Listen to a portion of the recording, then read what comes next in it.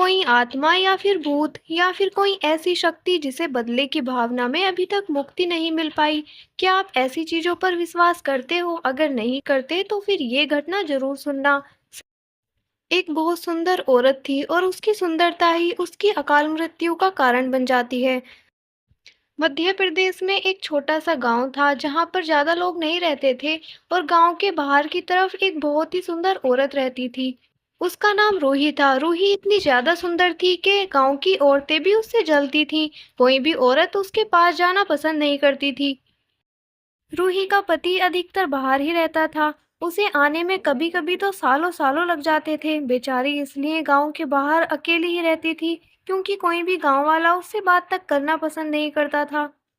हर रोज रूही अपने पति का इंतजार किया करती, लेकिन रात को यही सोचकर बेचारी सो जाया करती कि शायद हो सकता है मेरे नसीब में अकेला रहना ही लिखा हो। एक रात पूर्णिमा की रात थी। चंद्रमा की शीतल रोशनी से पूरा जंगल चमक रहा था और रूही अपने घर के बाहर बैठकर अपने पति का रोज की तरह इंतजार कर रही थी। चंद्रमा की रोशनी में उसकी सुंदरता और ज्यादा चमक रही थी। ऐसा लग रहा था मानो जैसे कांच चमक रहा हो। लेकिन बेचारी को क्या पता था कि आज की रात उसके लिए भयानक होने वाली है।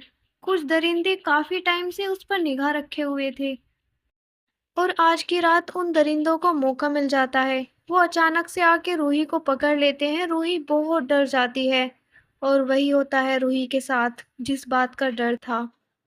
वो हवस के भूखे भेड़िए रूही का बहुत ही बेरहमी से बलात्कार करते हैं। वो बेचारी बहुत ही बेरहमी से तड़प रही थी और उसकी चीखें पूरे जंगल में गूंज रही थी। और जंगल में पक्षी ऐसे चहचहा रहे थे जैसे कि पूर्णिमा की रात होते हुए भी काली रात हो। गांव वाले भी इतने बेरहम थे कि उसकी चीखों को उन्होंने बहुत ही अच्छे से इग्नोर किया। किसी ने भी ये नहीं सोचा कि कोई तो जाकर देख ले कि रूही आखिर क्यों चीख रही है, उसके साथ आखिर हो क्या रहा है। वो दरिंदे रूही को बहुत ही बेरहमी से मौत के घाट उतार देते हैं। रूही मर जाती है और पूरे जंगल में बहुत ही अजीब सा सन्नाटा छा जाता है। सुबह होने पर गांव वाले इकट्ठा होकर फैसला करते हैं कि रूही के घर पर चलकर देखा जाए कि आखिर रात को हुआ क्या था। और सभी गांव वाले रूही के घर पहुंच जाते हैं।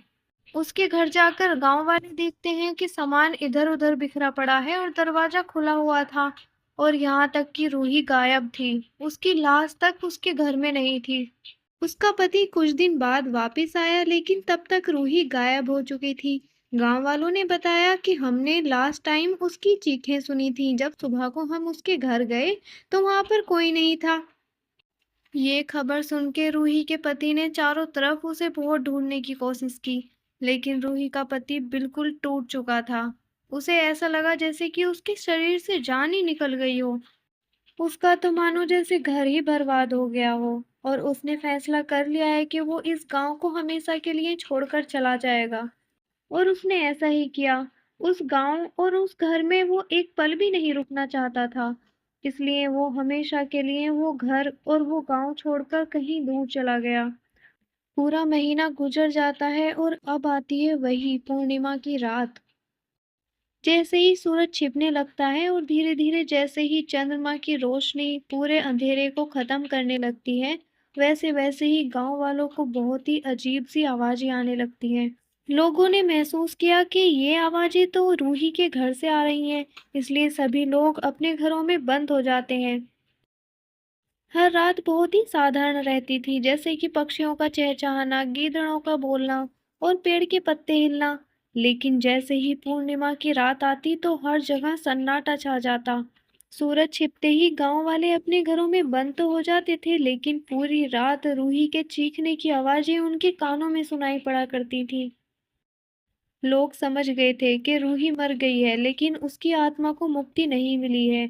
वो उन लोगों को मारना चाहती है जिन्होंने उसके साथ गलत किया है। और कुछ लोगों का मानना था कि वो हर पूर्णिमा की रात को अपने घर में आती है और अपने पति का वैसे ही इंतजार करती है जैसे कि वो पहले किया करती थी। और गांव वालों की बात सही थी। रूही को अभी मुक्ति नहीं मिली थी। वो उन लोगों से बदला लेना चाहती है जिन लोगों ने उसके साथ गलत किया है, और वो अपने पति का इंतजार कर रही है। धीरे धीरे ऐसे ही कई साल बीत जाते हैं। किसी को नहीं पता कि रूही ने अपना बदला लिया या नहीं लिया। लेकिन हर पूर्णिमा की रात को गांव वाले सूरज छिपने से पहले ही अपने घरों में बंद हो जाते थे। और जैसे जैसे साल बीत रहे थे वैसे ही डरावनी घटनाएं बंद हो रही थी। और कई साल बीत जाते हैं और लोगों के बीच अब ये केवल कहानी रह जाती है। एक दिन एक दीपक नाम का लड़का इस गांव से गुजर रहा होता है और उसे शाम हो जाती है, इसलिए वो सोचता है कि मैं इस गांव में ही आज की रात काट लेता हूँ, सुबह होते ही चला जाऊंगा। गांव के कुछ लोगों ने उसे चेतावनी दी कि आज की रात यहाँ पर मत रुकना। आज पूर्णिमा की रात है और पूर्णिमा की रात को हम लोग भी अपने घरों में बंद हो जाते हैं। दीपक को थोड़ा अजीब लगता है और उल्टा गांव वालों से कहता है कि नहीं, ऐसा कुछ नहीं होता, ये तुम लोगों का वहम है। लेकिन जब सच में दीपक गांव वालों का ऐसा व्यवहार देखता है कि शाम होते ही सब लोग अपने अंदर घरों में बंद हो जाते हैं, पूरे गांव में सन्नाटा छा जाता है। दीपक मन ही मन सोचता है कि ये सच में गांव वालों का वहम है। आज की रात मैं इन लोगों को इसी गांव में खुले में रहकर दिखाऊंगा और तभी इन लोगों का वहम मिटेगा। चंद्रमा की रोशनी गांव को चमकाने लगती है, लेकिन अजीब सा सन्नाटा होता है पूरे गांव में और जंगल में भी। दीपक सोचता है कि मैं इन लोगों का वहम मिटाने के लिए आज रूही के घर जाकर देखूंगा, आखिर सच में ऐसी कौन सी चीज है जो गांव वालों को इतना डराने पर मजबूर कर देती है। दीपक जब जंगल के रास्ते रूही के घर जा रहा था तो चंद्रमा की चांदनी तो थी, लेकिन जैसे जैसे वो रूही के घर की तरफ बढ़ता जा रहा था तो वो रोशनी कम होती जा रही थी। धुंध बढ़ती जा रही थी और पत्तों की सनसनाहट उसे कहीं ना कहीं उसे डरा रही थी। दीपक मन ही मन सोचता है कि मैंने आज तक जंगल में कहीं भी ऐसा सन्नाटा नहीं देखा जैसा कि यहाँ पर देख रहा हूँ। धुंध बढ़ती ही जा रही थी। अब दीपक रूही के घर पहुंच जाता है, लेकिन अब धुंध इतनी बढ़ गई कि दीपक अपने पैरों तक को नहीं देख पा रहा था। दीपक आवाज लगाता है, कोई है यहाँ पर, कोई है या फिर मैं ही अकेला हूँ। 2-4 मिनट खड़ा होता है, दीपक इधर उधर देखता है लेकिन वहां कोई नहीं होता है, इसलिए दीपक गांव में वापस आने का फैसला करता है। और दीपक जैसे ही वापस आने के लिए मुड़ता है तो उसे दरवाजा खुलने की आवाज आती है। वो धीरे धीरे पीछे मुड़ता है और देखता है कि दरवाजे पे एक बहुत ही सुंदर औरत खड़ी थी। और अचानक से चंद्रमा की रोशनी वैसे ही छा जाती है जैसे ही गांव में छा रही थी। और चंद्रमा की शीतल रोशनी में उसकी सुंदरता ऐसे लग रही थी जैसे कि कांच चमक रहा हो। उसकी सुंदरता देखकर दीपक इतना हैरान हो जाता है कि वो उत्सुक हो जाता है उससे बात करने के लिए। और जैसे ही दीपक एक कदम उसकी तरफ बढ़ाता है तो अचानक से वो गायब हो जाती है और अचानक से दीपक के सामने खड़ी हो जाती है।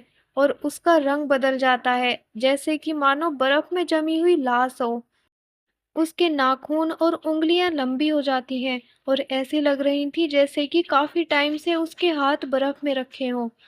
उसकी आंखों में आंसू थे और उसकी आंखें बता रही थी कि वो कितने दर्द में है। उसे देखते ही दीपक का पूरा शरीर ठंडा पड़ जाता है और ठंडा होने के बावजूद भी दीपक का पूरा शरीर पसीने से भीग रहा था। दीपक भागने की कोशिश करता है लेकिन उसके पैर लड़खड़ाने लगते हैं और उसका बैलेंस बिगड़ जाता है और वो नीचे गिर जाता है। पीछे से रूही बहुत ही दर्द भरी आवाज में बोलती है, आ गए तुम। देखो ना मेरी क्या हालत हो गई तुम्हारे बिना। मैं कब से तुम्हारा इंतजार कर रही हूँ। सब लोग मुझसे बात तक करना नहीं चाहते। अब मेरे पास रुक जाओ ना। उसकी बातें जैसे ही दीपक के कानों में पड़ती हैं तो उसका शरीर ऐसा हो जाता है जैसे कि उसके अंदर से जान ही निकल गई हो। वो भागने की कोशिश करता है लेकिन भाग ही नहीं पाता, जैसे कि उसका पूरा शरीर जम गया हो। दीपक मदद के लिए शोर मचाने लगता है लेकिन कौन ही बेचारे की आवाज सुनेगा, क्योंकि सभी गांव वाले तो अपने घरों में बंद हैं।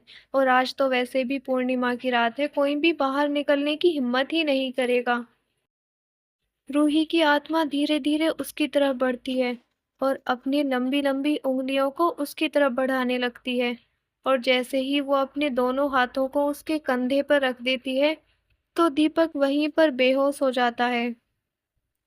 सुबह हो जाती है। गांव वाले सोचते हैं कि रात भर वो लड़का पता नहीं कैसे रहा होगा। हमने उसे मना किया था कि यहाँ मत रुकना। इसलिए वो दीपक को ढूंढने के लिए रूही के घर की तरफ निकल जाते हैं।